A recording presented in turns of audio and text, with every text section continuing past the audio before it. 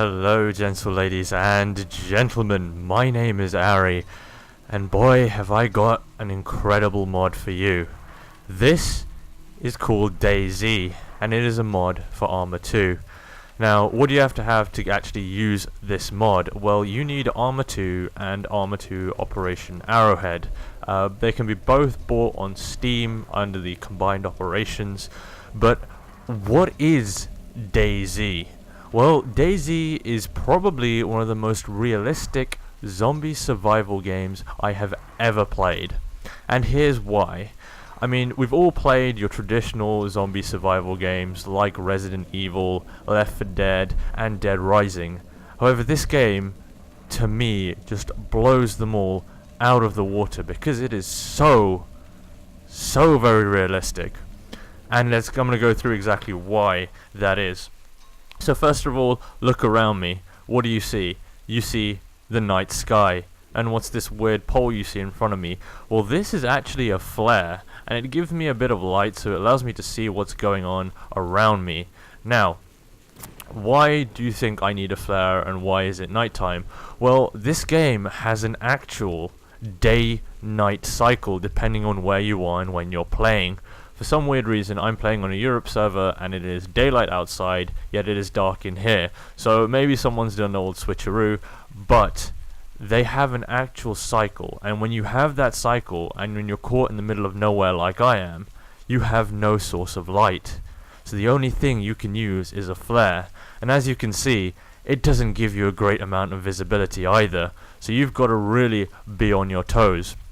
What else does this game offer? Well, it offers your traditional limited ammo, which you'll find...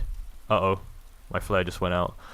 Which you'll find in most games anyway. I'm just going to light another one, throw it out there, go and pick it up. As you see, I've actually managed to pick up a Lee Enfield rifle. I'll go to my equipment real quick. And you'll be able to see. So I have a Lee Enfield rifle, I have a Makarov pistol, and as you can see, I have very limited ammo from here. I have only, I think, 30 shots with the Lee Enfield and maybe 8, 16, 12, 13, 40, I don't know, maybe 60 shots or so with the Makarov. So you are really limited, and I know you're wondering what is all this other rubbish that's in my backpack. Well, I'd like to lead you over here. So the ear symbol here means how much sound you make. So when you walk, you can make a bit of a sound. If you crawl, or if you prone for example, you make pretty much no sound whatsoever. The other thing below it with the eye, that is how visible you are. And as you sort of prone and crawl and things like that, you become less and less visible. I'm just going to get up so you can potentially see that. So I got a bar there for being a bit more visible. And if you start running, for example, is it going to let me run? Yeah, you can see you become a lot more visible and you become a lot more audible. So what are the other things down below?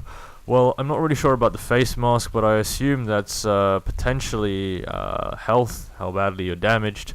The thermometer is your temperature, and you can see that at 36 degrees Celsius in the debug monitor. The little flask is hydration, how much water you have. Yes, I have a water bottle on me that you need to refill when you use it. It's over here, and when those start going red, you got to start using them. Otherwise, you start blacking out. You start fainting on regular occasions and waking up at weird times in the day. This game is that real. You get dehydrated and you are screwed. The small droplet below it is actually your blood, and as you can see, my blood is at 10,613.7. It was originally at 12,000. And as you see, I've killed 3 zombies and 2 with a headshot. Well, when they attack you, chances are you're gonna bleed. And when you bleed, yeah, you can potentially start passing out and dying. Another way of getting blood is a transfusion pack. But you can't just use a transfusion pack on your own. No, you've got to get someone to administer a transfusion pack to you. That's how much this game works. And these servers are about 240 kilometers squared in length. That is real distance to run. 240 kilometers squared, 50 people servers, and currently there are 576 zombies on this server. So what is the point of the game? Well, the point of the game is to purely survive for as long as you can. And on the DayZ forum, and I will link their website below if anybody wants to actually download this mod. It's an absolutely incredible mod. I would recommend it. They say the average life of a character is like 28 minutes. So as you can imagine, there's a lot to explore and there's a lot to do, but people don't expect you to survive for very long. So this game is really open world. What does it remind you most of, I guess, with that sort of aspect? I would say like Minecraft. I know it sounds a bit weird, like why would Minecraft remind you of a zombie survival? And I can't see anything at the moment. I'm gonna have to restart a new flare in a second. Let me light this one up again, because I need a new one. There we go. Drop flare. Pick up the new one. Cool. There you go, that's a bit more light. Why would I say Minecraft? Well, because it's so open world and it's so open-ended, and there's no real objective bar survival. However, this game really incorporates survival a lot and makes it seem like it's a mission in itself. Whereas I found sort of Minecraft without mods got a bit boring after a while, unless you were a creator. This game has all sorts. I mean, there are towns, and you've got to travel town for town, trying to get some food to replenish yourself. That's the last symbol, sorry, I forgot to mention, is food. You have a can of baked beans, and you can find them loads of places, and you just need them to eat to make sure that doesn't go red. And so it's kind of, it makes you really attached to your character here, because you've got to breathe, you've got to live, you've got to survive as this guy. And I guess the best thing about it is permadeath. Your character dies, you lose everything that you have on your character. And what you see on me right now is a Lee Enfield rifle.